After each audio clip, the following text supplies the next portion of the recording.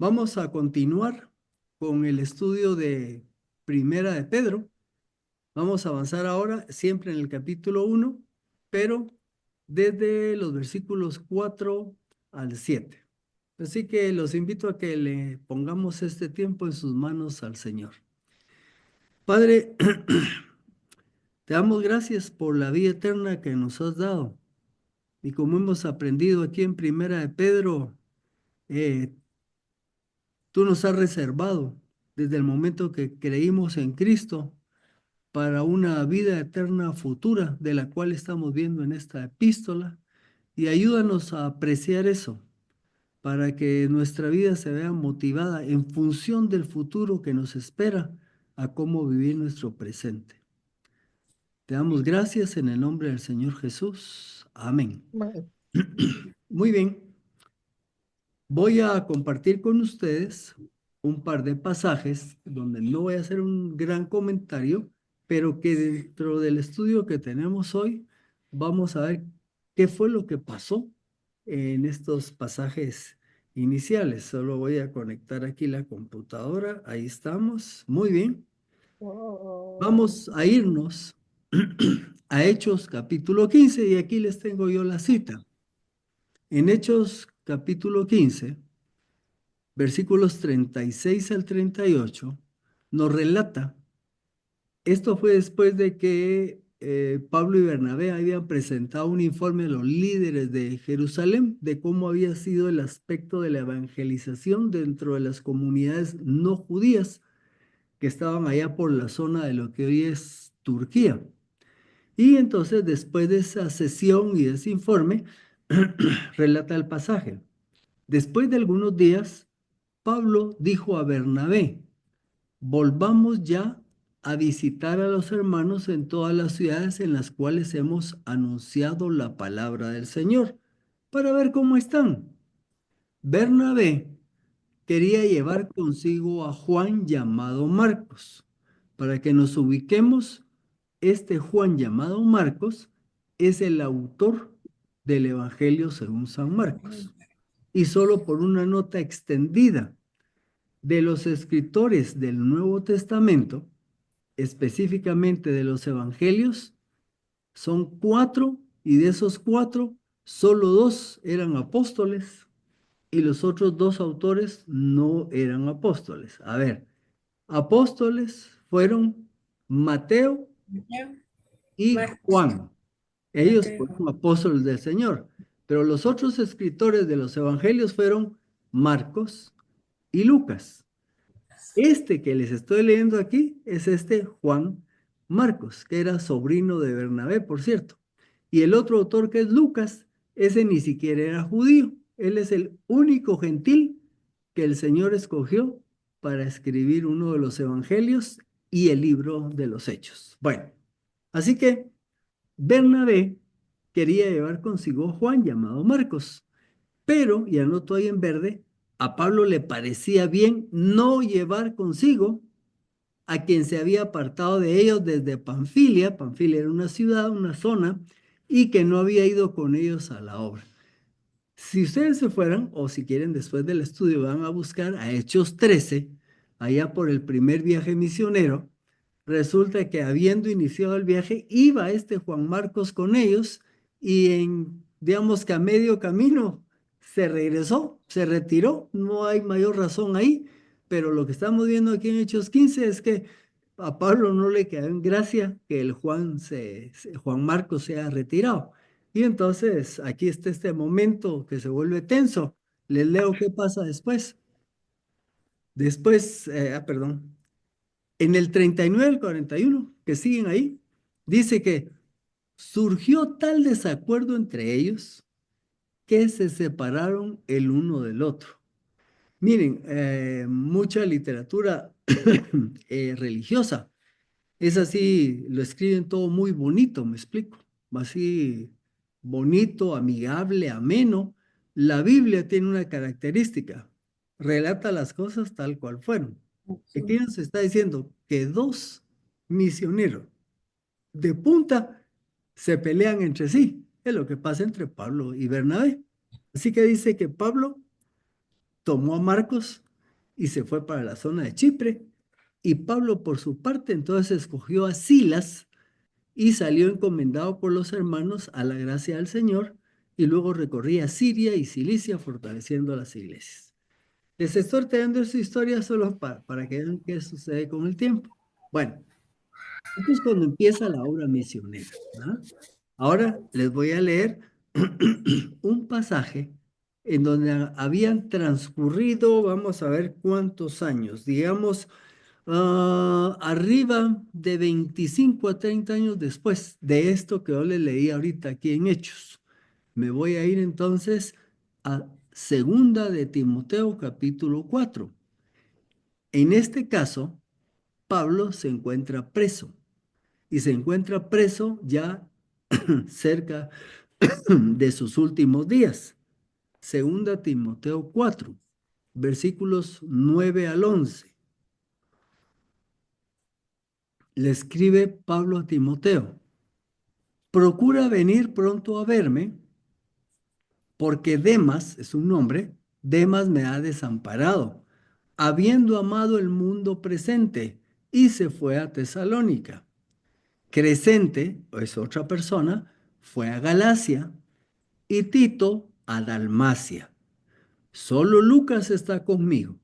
Pero ahora miren lo que anoto en verde. Toma a Marcos y tráelo contigo, porque me es útil para el ministerio.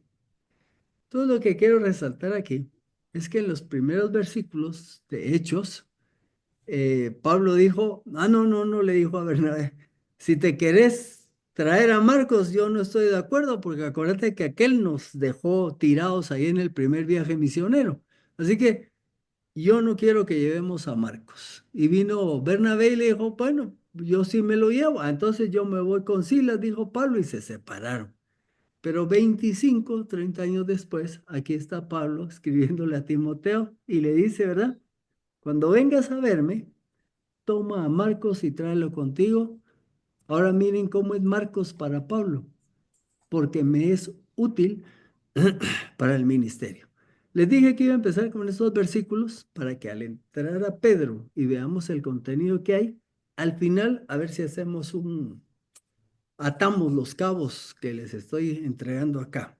Así que me voy al capítulo 1 de Pedro, versículo 3. Ya lo vimos, solo el repaso.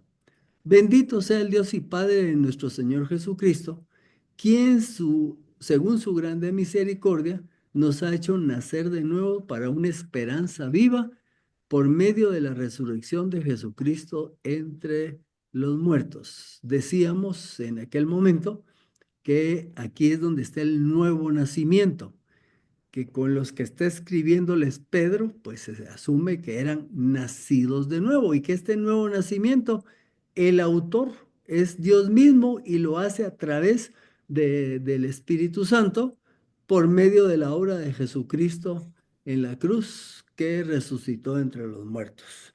El versículo 4 nos dice que hizo todo esto para una herencia incorruptible, incontaminable e inmarchitable reservada en los cielos para ustedes. Solo regreso un momentito. El Señor, por su gran misericordia, nos ha hecho nacer de nuevo para una esperanza viva. Ojo, nos ha hecho nacer de nuevo para una esperanza viva. En el estudio de esto decíamos que la gente sin Cristo sencillamente no tiene esperanza.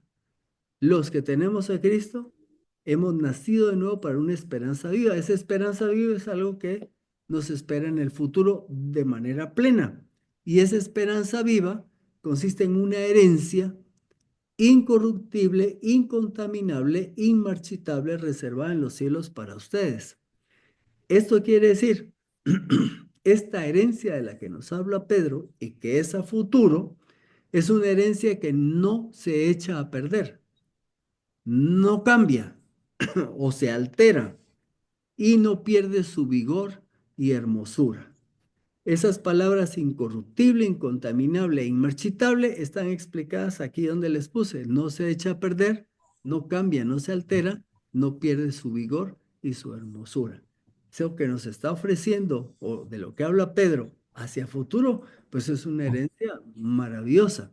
Ahora, cuando ustedes hablan de herencia en términos humanos, pues ¿por qué aquí se hace este enfoque en que es una herencia que aunque pase el tiempo y tengamos que esperar, es una herencia que se mantiene firme, en buen estado, no se descompone, no se deteriora, no se marchita, ¿verdad? Bueno, lo podemos comparar con las herencias humanas. Aquí les voy a enseñar yo un video que le grabé a uno de mis compañeros de colegio, porque ellos iban a mi casa en la zona 3 y había un jardín y ahí jugábamos a los vaqueros, ¿verdad? Y otro tipo de juegos. Y pues ahí les voy a enseñar lo que pasa con las herencias humanas. Aquí ustedes a su izquierda van a ver que hay una semiconstrucción. Esa es mi casa o era mi casa de soltero. Era una casa de adobe, con techo de lámina, con tapanco y tenía machimbre como cielo falso. Y conforme iban pasando los años, el adobe se humedecía, se deterioraba, la madera se fue picando, pudriendo, las láminas se fueron oxidando. Entonces, esa casa la dejó en herencia mi papá, a mi hermano y a mí. Solo que esta herencia no era incontaminable ni incorruptible, ni tampoco inmarchitable, porque se fue deteriorando. Ahí les voy a enseñar Aquí está un la casa vistazo ahí. que conocieron ustedes allá en los tiempos del colegio. Dejó de existir. Por supuesto, va a surgir algo nuevo, pero no más para los recuerdos. El jardín donde jugábamos, hacia aquí, parece selva, ¿verdad? Bueno, aquí les pongo el versículo 4, pero de la versión Nueva Traducción Viviente. Dice, y no tenemos una herencia que no tiene precio. Eso quiere decir, esta herencia que nos da Dios es valiosa.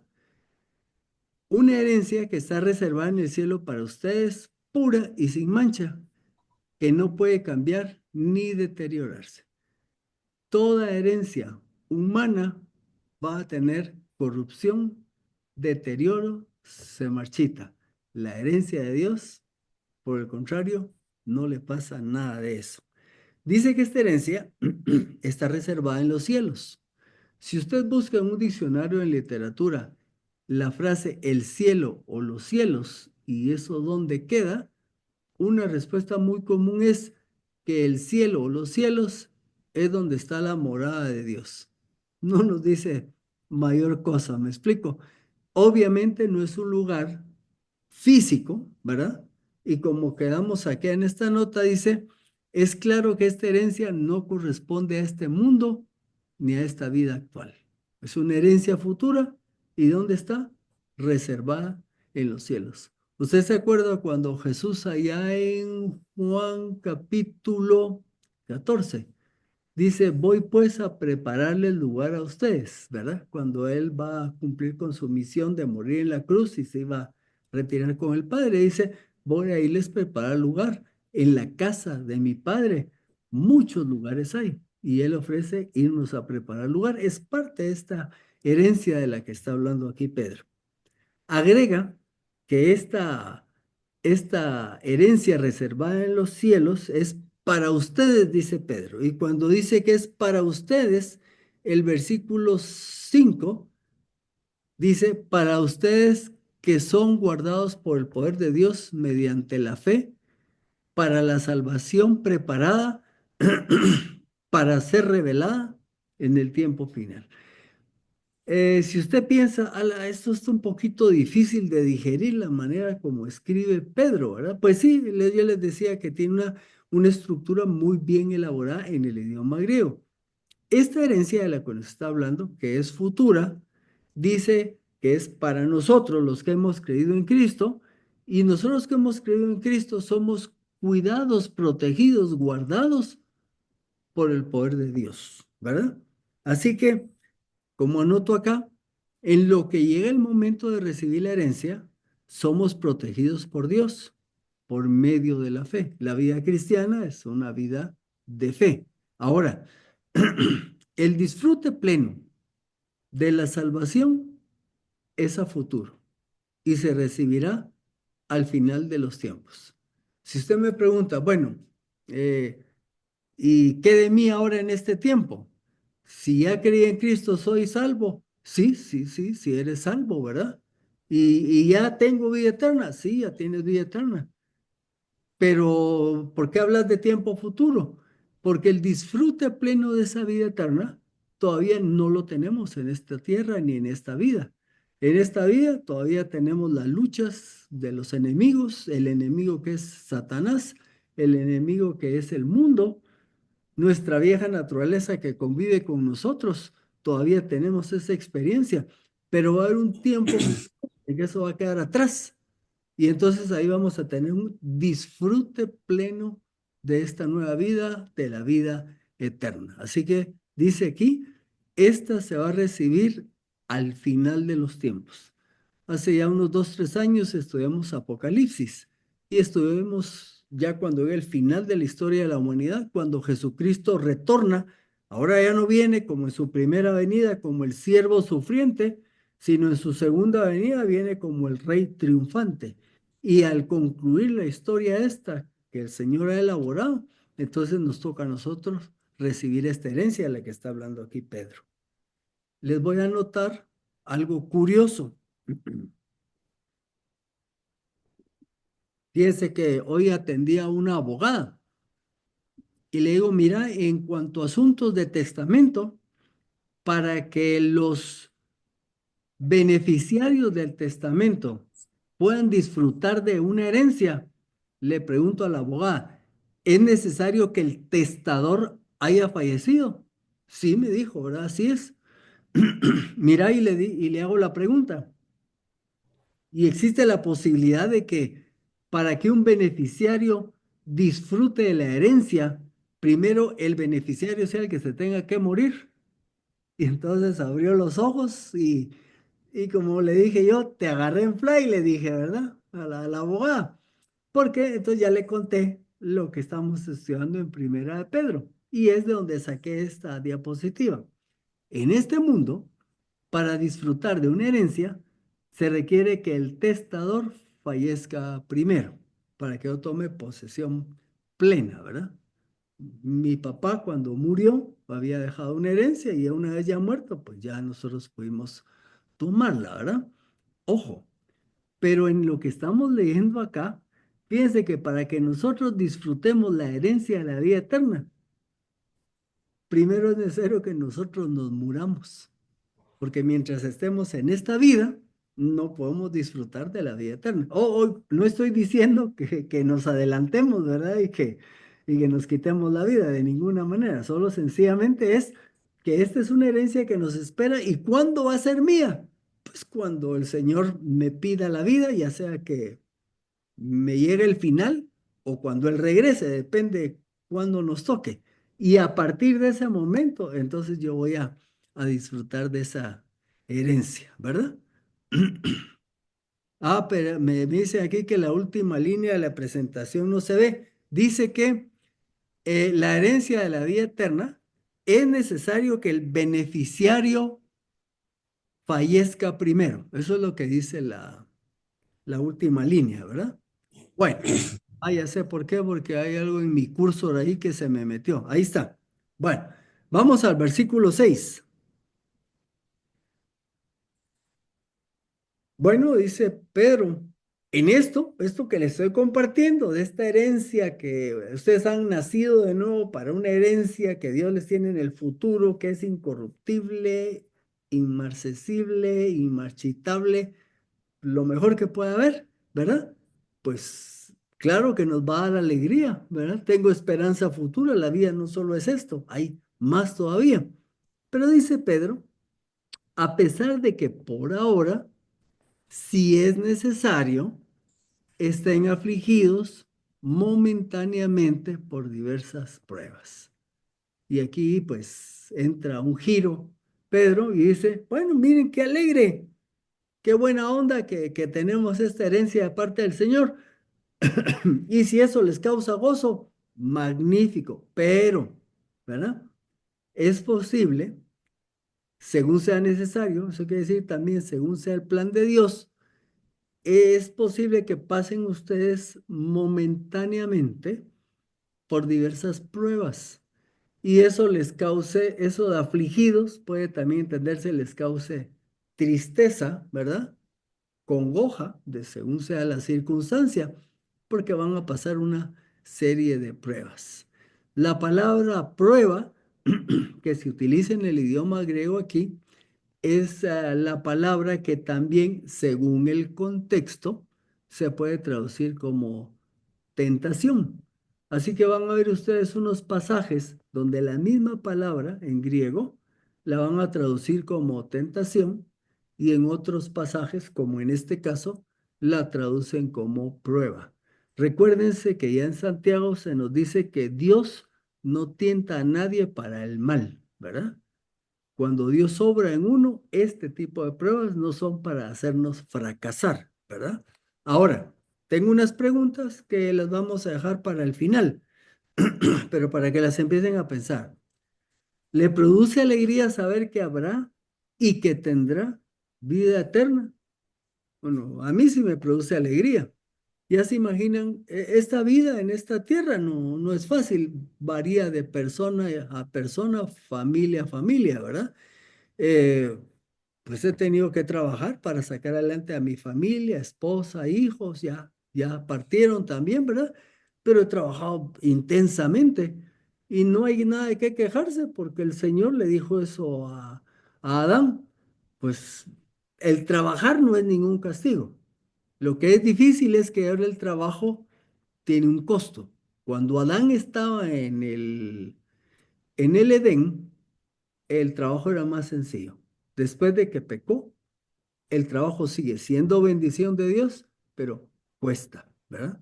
Así que me produce alegría saber que hay algo mucho mejor en el futuro. Sí, sí, me parece muy estimulante, me da paz, ¿verdad? El día que el Señor me llame, sé que voy a algo mejor, ¿verdad?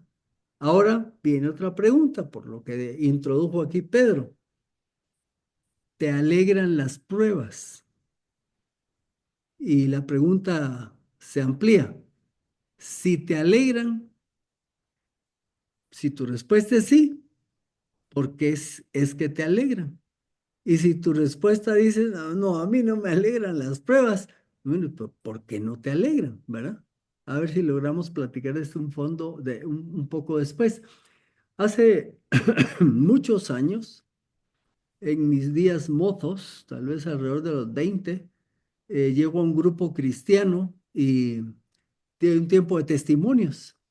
Y entonces yo oí el testimonio de que había pasado por una prueba que me había parecido muy difícil y yo entendía que era Dios fortaleciéndome, madurándome, pero yo doy testimonio de que gracias a Dios ya había pasado esa prueba. Pero para mí era así una pruebona, ¿verdad? Y había un hermano a mi par que el Señor se lo acaba de llevar hace como un mes. Algunos de ustedes lo conocieron, Haroldo Arriaga, que él trabajó en Cruzada Estudiantil toda su vida, ¿verdad? Y ya el Señor lo llamó. Pues este Haroldo Arriaga parado a mi par me mira, qué bueno que pasaste esa prueba, me dijo, pero no vas a pensar que es la última, me dijo. Y créanme, no me cayó en nada, de nada. No fue graciosa para mí, su gracioso fue su comentario, porque digo, lo que me costó pasar esta prueba. Y este hermano me está diciendo que ese solo es el principio, que en la vida van a venir muchas más. En ese momento yo no me sentí gozoso de enterarme de que en la vida cristiana era una situación de pruebas, ¿verdad? Pero ya después de que pasó el tiempo, ya fui entendiendo cuál era la metodología de Dios. Así que si usted me dice que sí le alegran las pruebas porque entiende que es un proceso en el que usted va a crecer y madurar, pues claro, es positivo. Pero si usted me dijera, pues no me alegran las pruebas porque a veces sufre uno, como dice aquí eh, Pedro, es necesario por un momento que estén afligidos, dice. por las diversas pruebas, sí, porque a veces las pruebas causan aflicción. Desde esa perspectiva, podríamos decir, bueno, entiendo, pero a veces las pruebas las pasa uno de una manera difícil, ¿verdad? Continuemos y ya vamos llegando al final. En el versículo 7 agrega Pedro, el objetivo de que vivamos pruebas y que sean temporales y que a veces nos causen congoja o aflicción es para que la prueba de su fe, y anota, una fe que es más preciosa que el oro que perece, o sea, que el oro que es temporal, un oro que aunque sea probado con fuego. Entonces está diciendo Pedro, miren, la razón de que ustedes experimenten pruebas es que la prueba de su fe, y dice, y su fe es mucho más preciosa que lo que para los seres humanos es precioso, que es el oro, y que el oro para ser precioso y lograr su grado de pureza tiene que ser pasado, probado por medio de fuego, fuego físico, ¿verdad? Entonces su fe va a pasar por pruebas para ser hallada digna de alabanza, gloria y honra en la revelación de Jesucristo. Podemos afirmar entonces, las pruebas no tienen el objetivo de llevarte al fracaso, sino de madurarte y fortalecerte, y que así se haga entonces, durante ese proceso, evidente hacia el exterior lo que tienes en tu interior. Ese es el trabajo que Dios hace en nosotros, ¿verdad? A través de las pruebas, a través de la vida, es irnos fortaleciendo, madurando, desarrollando, y de esa manera se nota hacia afuera lo que yo he compartido que soy adentro. Yo digo, yo creí en Cristo como mi Señor y Salvador. Muy bien. ¿Y eso cómo se verifica? Bueno, a través de que la gente vea nuestras vidas, principalmente cuando estamos en periodos de prueba. Ahí es donde se nota lo que realmente tenemos por dentro. Decir lo que somos, que creemos y otras cosas, decirlo es fácil. Vivirlo, ahí ya cambió la cosa. Muy bien, vamos a ir descendiendo hasta este versículo y lo que vamos a hacer antes de desearles el buen descanso de siempre para finalizar esta sección